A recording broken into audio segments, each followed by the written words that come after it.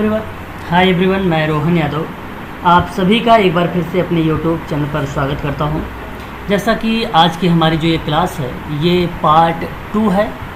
कल मैंने आप लोगों से पार्ट 1 पर बातचीत किया था और पार्ट 1 में मैंने कुल टोटल 26 यानी पहले से लेकर 26 जो क्वेश्चंस थे उनके बारे में आप लोगों से व्याख्या सहित आप लोगों से चर्चा भी हुई है।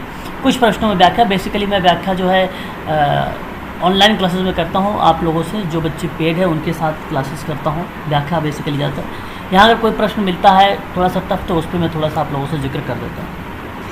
ये प्रश्न आपको ध्यान रखना है कि ये प्रश्न दिसंबर 2023 में जो एग्ज़ाम होने वाला है यूजीसी नेट का सोशल वर्क का, ये प्रश्न उन स्टूडेंट के लिए है और साथ ही साथ एमपी सेट जो बच्चे सोशल वर्क से तैयारी कर रहे हैं मध्य प्रदेश में, जिनका एग्ज़ाम बेसिकली 27 अगस्त को रखा गया है। हालांकि 25 जुलाई से इसका प्रैक्टिस चलने वाला है, आप सबको भलीभांति तरीके से पता होगा, तो इनके लिए इम्पॉर्टेंट है। और साथ ही साथ Uttarakhand medical social selection board, जहाँ पे 7 सीटों की वैकेंसी निकाली गई थी, उनके लिए ये वीडियोस बहुत इंपॉर्टेंट है, क्योंकि ये प्रश्न है ये उत्तराखंड में, एमपी सेट में और यूजीसी नेट में भी पूछे जा सकते हैं। जिस प्रश्न में वास्तविकता होती है वही प्रश्न एग्ज़ाम में आते हैं और एमपी सेट उत्तराखंड के स्टूडेंट खासकर ध्यान रखें। यदि आप दिसंबर 2023 की ऑनलाइन क्लास लेना चाहते हैं या उत्तराखंड मेडिकल सोशल वर्क की ऑनलाइन क्लास लेना चाहते हैं तो मैं अपना नंबर दे रहा हूं, आप मुझसे कांटेक्ट करें। 8506031308 पर आप मुझसे व्हाट्सअप भी कर सकते हो और कॉल के माध्यम से संपूर्ण जानकारी आप प्राप्त कर सकते हो यहाँ पर, ठीक है। पहला यहाँ पर आज का पहला प्रश्न है और ये प्रश्न जो है पार्ट 2 का क्वेश्चन नंबर 27 है। डिजिटल इंडिया के प्रमुख अवयव कौन कौन से हैं? तो डिजिटल अवसंचरण है और डिजिटल साक्षरता है और सेवाओं का डिजिटल वितरण है। इसलिए आपका जो ऑप्शन जाएगा वो पहला ऑप्शन करेक्ट है, याद रखिएगा, ये ऑप्शन करेक्ट है। निम्नलिखित में से कौन सामाजिक सुरक्षा का स्वरूप नहीं है?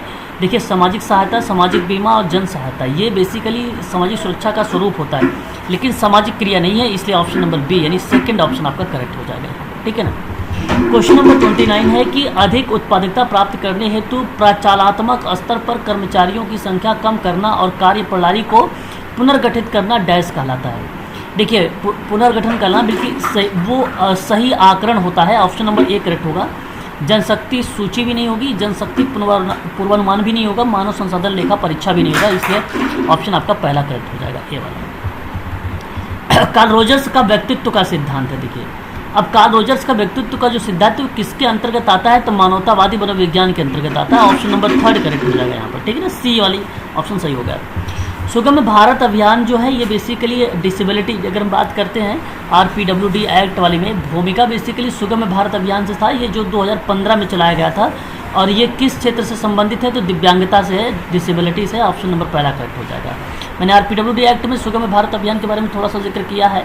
बाकी ऑनलाइन क्लासेस चली रही हैं यूजीसी नेट की और उत्तराखंड मेडिकल सोशल वर्क की, वहाँ पर व्यापक लेवल पर आप लोगों से व्याख्या की जाएगी।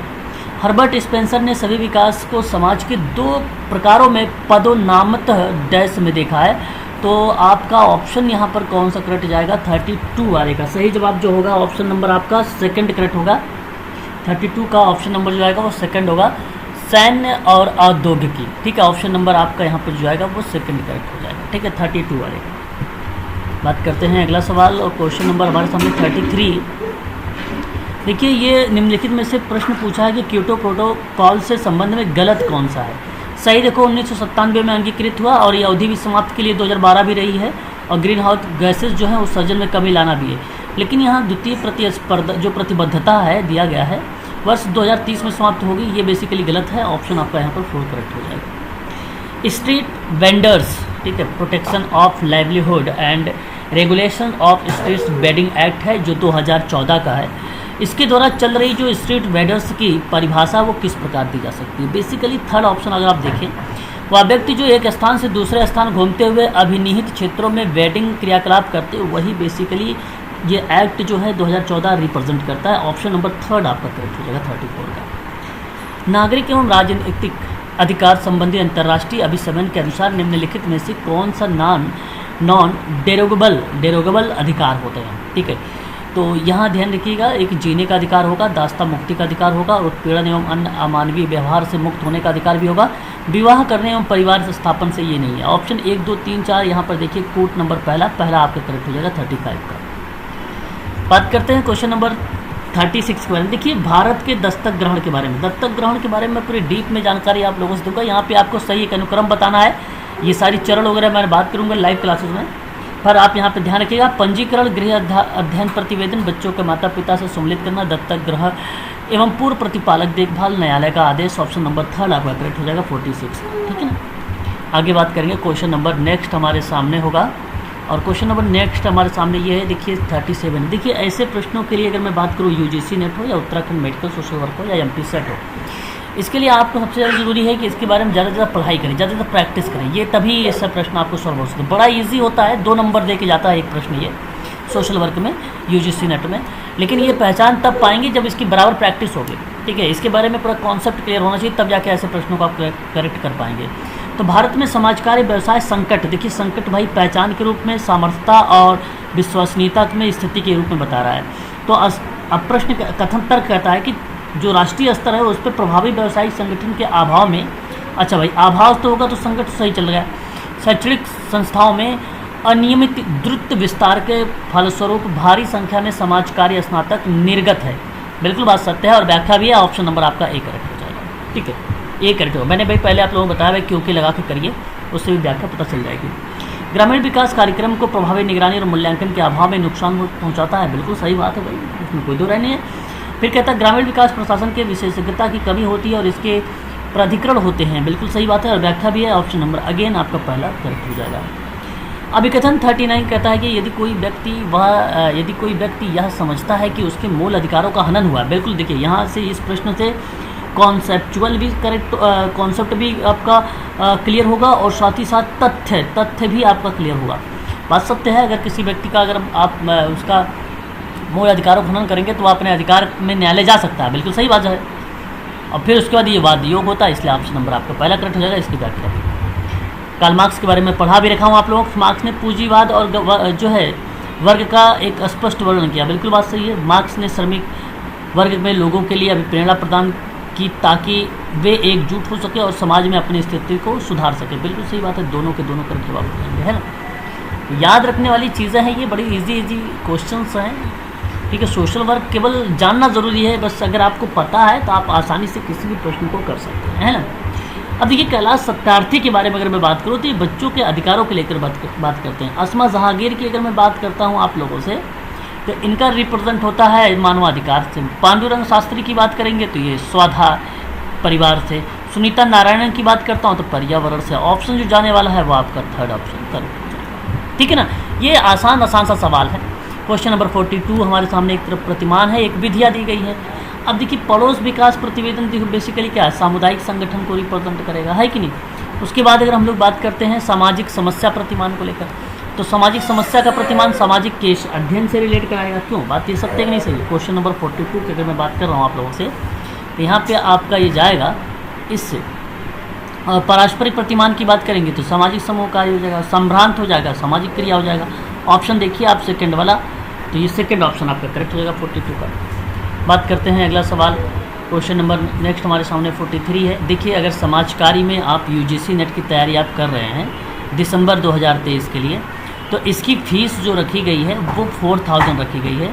सारा क्लासेस आपको सारी क्लासेस प्रोवाइड कराई जा रही हैं इसमें 4000 में, और आपको यूनिट नंबर 1 से लेकर मॉक टेस्ट कंटेंट दिए जा रहे हैं। फिर मॉक टेस्ट हर एक यूनिट के साथ कराया जा रहा है। फिर उसके बाद PYQ आपको पार्ट 4 के रूप में आपको अवेलेबल रहेगा। और कुछ बच्चे कह रहे हैं कि सर उसको सॉल्व भी निकाल दीजिए, कुछ बच्चे कह रहे हैं सॉल्व रहने दीजिए। तो अभी मैं देखता हूँ वो बेसिकली सॉल्व के ही आधार पे आप लोगों को प्रोवाइड मैं करा दूंगा। लगभग 2004 से लेकर अगर मैं बात करूँ 2023 तक के जितने भी पेपर हुए हैं उन सभी क्वेश्चन पेपर की व्याख्या सहित मैं आप लोगों को सॉल्व करके दूंगा PDF में, ठीक है, यूजीसी नेट में। तो अगर ये सब आपको मिल जा रहा है 2004 से लेकर 2023 तक के समाज कार्य के प्रश्न पर, तो सोचिए वो MP सेट हो चाहे उत्तराखंड मेडिकल सोशल हो, पर्याप्त है, आप आसानी से एग्ज़ाम क्रैक कर पाएंगे। परंतु पढ़ना ज़रूरी है ना, समझना ज़रूरी है। अभी समय निकालो डेली 1 घंटा पढ़ो, बस क्या दिक्कत है, 1 घंटा पढ़िए बस एग्ज़ाम आसानी से क्रैक होंगे। कोई वो ज़्यादा टफ चीज़ें नहीं है ना। तो यहाँ पे देखिए अगर मैं बात करता हूँ रॉबर्ट पुटमैन के बारे में, तो ये सामाजिक पूंजी है। देखिए मानव पूंजी सामाजिक पूंजी आएगी, मैं आप लोगों से जिक्र करूँगा। जॉन रॉल्स की बात में अगर हम लोग बात करते हैं तो यहाँ अगर आप जिक्र करेंगे तो इनका नाम आएगा सामाजिक न्याय में। हर्बर्ट स्पेंसर किस में आते हैं, सामाजिक विकास में। सिरोकिन किस में आते हैं, सोशल डायनेमिक। तो 43 का सही जवाब अगर हम बात करेंगे तो ऑप्शन नंबर किस में गया है, थर्ड गया है, ठीक है, थर्ड आपका सही रहेगा। 44 देखिए, अन्वेषणात्मक और प्रतिपादात्मक अध्ययन किसको रिलेट कराने वाला है? सही जवाब अगर मैं बात करूं आप लोगों से, परिकल्पना को बताता है। जनगणना अध्ययन किसको बताता है ये? तो किसी परिकल्पना की तर्क संगतता की जांच हो, ठीक है। ये नहीं, ये तो जनगणना तो ये नहीं होगा। जनगणना बेसिकली आपका अगर हम जिक्र करेंगे तो ये आपका पूर्णता इकाई का अध्ययन करना है। प्रयोगात्मक अगर बात करेंगे आप लोग तो ये होता है किसी परिकल्पना को तर्क संगत में जांच करना। नैदानिक और वर्णनात्मक क्या होगा? किसी दी गई स्थिति में विशिष्ट जो विशेषताएं होता है उसका पता लगाना। सही ऑप्शन यहाँ पर अगर हम लोग जिक्र करेंगे तो 44 का ऑप्शन नंबर आपका चला जाएगा 4 वाला, ठीक है। समुदाय संगठन भारत के समाज की लोकप्रिय विधि है, यस राइट, गलत नहीं है ये। और फिर उसके बाद अगर हम बात करते हैं, भारतीय समाज अपने व्यक्तिगत मामले और समस्याओं को अपने परिवार और समुदाय के सदस्यों के बीच में साझा करता है। बिल्कुल सही बात है, करते हैं। ऑप्शन नंबर आपका सेकंड वाला करेक्ट है, ठीक है। अब देखिए ये वो हैं गद्यांश है। ऐसे प्रश्नों को अगर आपको पढ़ना पड़ेगा गद्यांश, परंतु मैंने ट्रिक बताया है आप लोगों को, और भी इससे बेस्ट ट्रिक लेकर आया हूँ इस बार इस गद्यांश को सॉल्व करने के लिए, ठीक है। तो ये मैं आप लोगों से ऑनलाइन क्लासेस में जिक्र करूँगा ट्रिक वगैरह के बारे में। अगर आप UGC नेट ध्यान रखिएगा, MP सेट और उत्तराखंड मेडिकल सोशल वर्क, ठीक है, सोशल सिलेक्शन बोर्ड की जो वहाँ पे 7 सीटों की वैकेंसी है, या MPPSC, ठीक है, इनकी अगर क्लास आप सोशल वर्क में ऑनलाइन लेना चाहते हैं तो मेरा नंबर नोट करिए आप सभी लोग, 8506031308 पर आप मुझे कॉल भी कर सकते हो, व्हाट्सएप के माध्यम से संपूर्ण जानकारी भी प्राप्त कर सकते हो, ठीक है। तो आज के लिए बस इतना ही, मिलते हैं फिर नेक्स्ट क्लास में। आज शाम की क्लास है आप सबकी, ठीक है।